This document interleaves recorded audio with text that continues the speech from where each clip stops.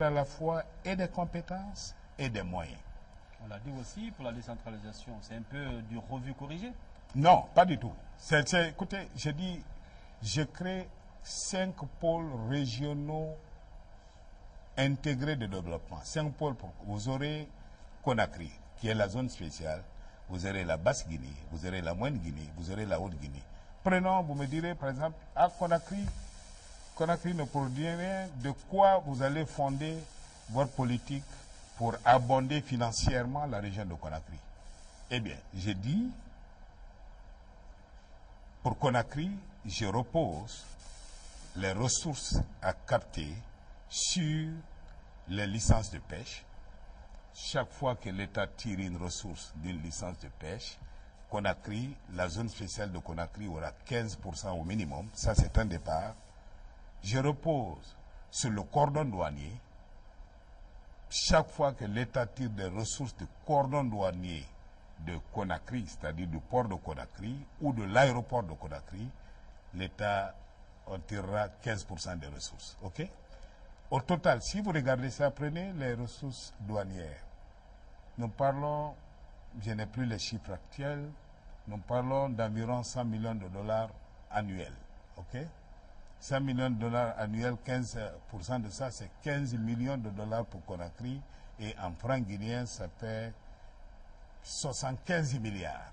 Imaginez que vous investissiez, vous donniez aux populations de Conakry à travers leurs structures élues, pas à travers l'administration. C'est là l'autre différence. Dans mon schéma, les gouverneurs de région seront élus par les populations. Imaginez qu'on investisse sur une durée de 5 ans, 75 milliards tous les ans pour l'amélioration des conditions de vie des Conakrykas, pour la réfection des routes de Conakry, pour l'amélioration des conditions d'habitat des Conakrykas, pour aider les femmes et les jeunes à entreprendre à travers un système de microcrédit qui est tout aussi contenu dans mon projet de société. Vous ne pensez pas qu'on aura changé la Guinée, les conditions de vie de cette région en moins de 5 ans? En fait, mon projet suppose pour la Guinée de multiplier par 2 minimum sur un horizon de 5 ans. En spécialiste de développement, je l'affirme, je l'ai écrit et personne ne peut le démentir. De multiplier par 2 les revenus de tous les Guinéens en organisant la production agricole, c'est-à-dire le paysanat guinéen dans les conditions prévues dans mon projet de société, le paysan de Lola, le paysan de Kankan, le paysan de Mamou, le paysan de Koya, dans 2 ans ou 3, verra son revenu multiplié par 3. En 2 ans ou 3. Ce n'est pas de la théorie, c'est démontré. Parlons maintenant du secteur privé. Pourquoi je dis, je ne suis pas en train de dire que le CFA c'est la solution. Je suis en train de dire que c'est de nature à booster l'économie en levant les contraintes qui pèsent sur l'économie, les contraintes d'investissement. Mais si une fois que nous rentrons dans le CFA, qu'est-ce qui va se passer? Il y aura un alignement vers la hausse par rapport à la sous-région des salaires des fonctionnaires guinéens.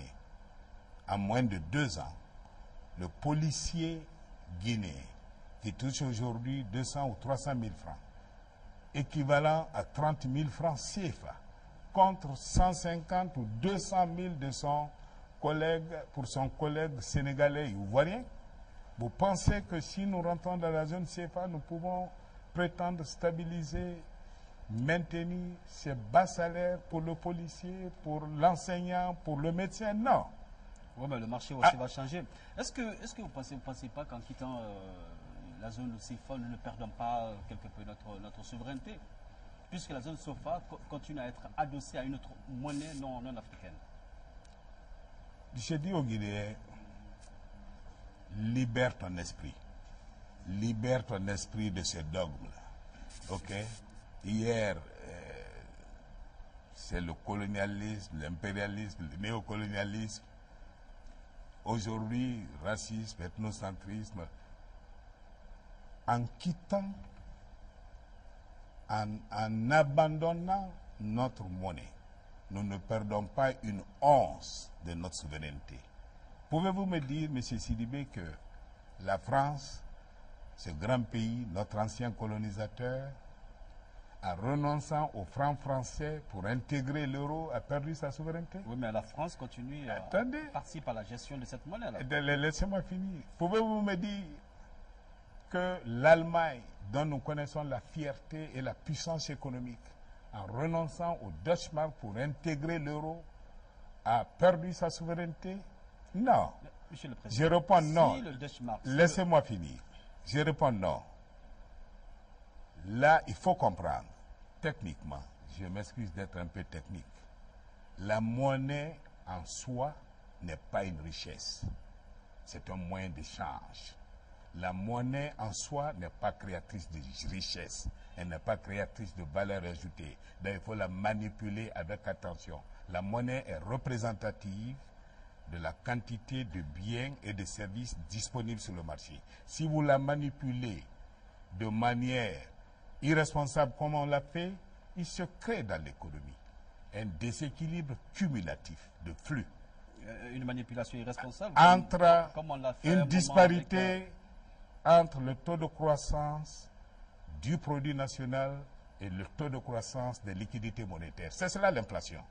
Si vous la gérez mal, vous êtes dans la situation comme la Guinée. Vous avez une monnaie de singe. Donc la monnaie n'est qu'un moyen, il ne faut pas exagérer.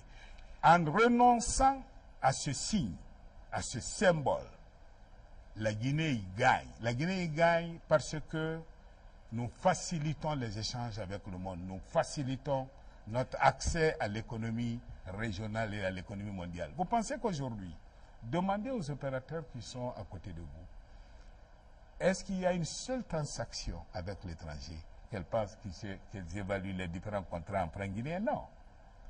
Ils sont évalués en dollars, en euros, en CFA. Ok? Donc, encore une fois, libérez votre esprit de ces dogmes. Oui, question. Ne pensez-vous pas que vous allez un peu trop vite dans vos argumentaires, parce que vouloir décentraliser, parce que vous avez cité la décentralisation en premier lieu, vouloir décentraliser à la va-vite, excusez le terme, ce ne serait pas décentraliser la corruption? Donc ne serait-ce pas mieux d'abord d'axer sur la bonne gouvernance et sur la maîtrise de la corruption avant de décentraliser à l'intérieur du pays? Ma politique de décentralisation, de régionalisation précisément, est une réponse à la corruption. C'est la centralisation qui donne la corruption ou qui favorise la corruption. Ce n'est pas l'inverse. Ce n'est pas the other way around. C'est quand le pouvoir est centralisé que la corruption est plus facile. Mais quand c'est décentralisé comme nous le suggérons, et quand cette décentralisation est accompagnée de moyens effectifs à travers des représentations locales, préfectorales et régionales des élus du peuple, le contrôle s'exerce. Les gens, vous savez, vous le savez bien, peut-être que vous êtes un peu altruiste et vous est arrivé de donner quelques sacs de ciment à un village pour faire son école. Quand vous présentez au chef du village, vous pensez que les maçons